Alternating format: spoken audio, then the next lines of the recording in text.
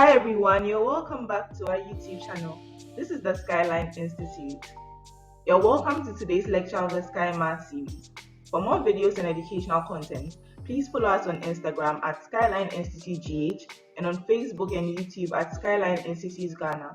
Remember to also subscribe to our channel and give this video a thumbs up. You can also send in your comments, questions and feedback in the comment section below, and you can let us know other topics you'd be interested in learning. Today we'll be looking at the properties of parallel lines. We'll start off with the angles of parallel lines. Now, given the two parallel lines A and B and a line cutting through them, we have 8 main angles formed from this relationship. That is angle 1, 2, 3, 4, 5, 6, 7, and 8. Angles 3 and 5 are called alternate angles. The same way angles 4 and 6 are called alternate angles. Now these angles are formed when this Z shape is obtained after cutting through the two lines. The same way angles 4 and 6 are also obtained from the backward facing Z shape. This is what I mean.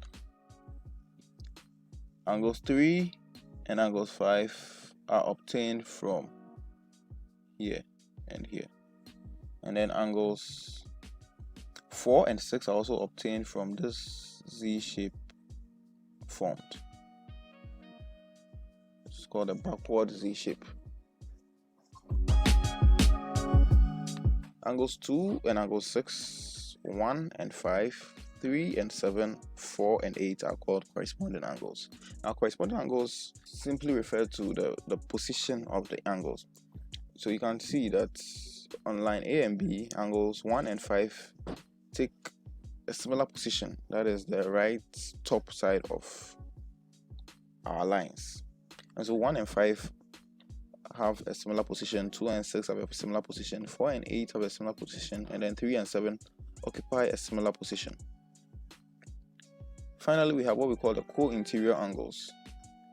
Now co-interior angles add up to 180 degrees. Co-interior angles are basically found inside the two parallel lines. So for instance, 3 and 6, or they are found between the two parallel lines. So angles 3 and 6 are co-interior, angles 4 and 5 are also co-interior, and all of these add up to 180 degrees. Next, you have to understand what a vertically opposite angle is.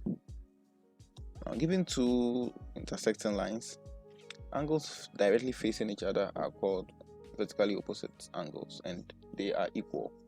Angles A and B are vertically opposite, and angles M and N are vertically opposite. And so A is equal to B and M is equal to N. Let's look at an example. Calculate the size of the angles in the diagram below.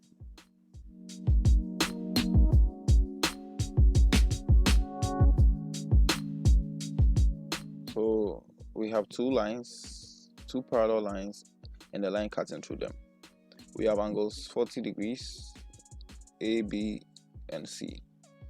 Now, we spoke about corresponding angles, and we said it has to do with the position. Now you can see that angle A corresponds to 40 degrees, and so A must be 40 degrees. Similarly, angles B alternate with our 40 degrees angle, and so B must also be 40 degrees. Now to find C, we make use of what we call the angles on a straight line. And we learned in an earlier video that angles on a straight line add up to 180 degrees. So angles A and C are on a straight line. Therefore, they must add up to 180 degrees. Solving this gives us C to be 140 degrees.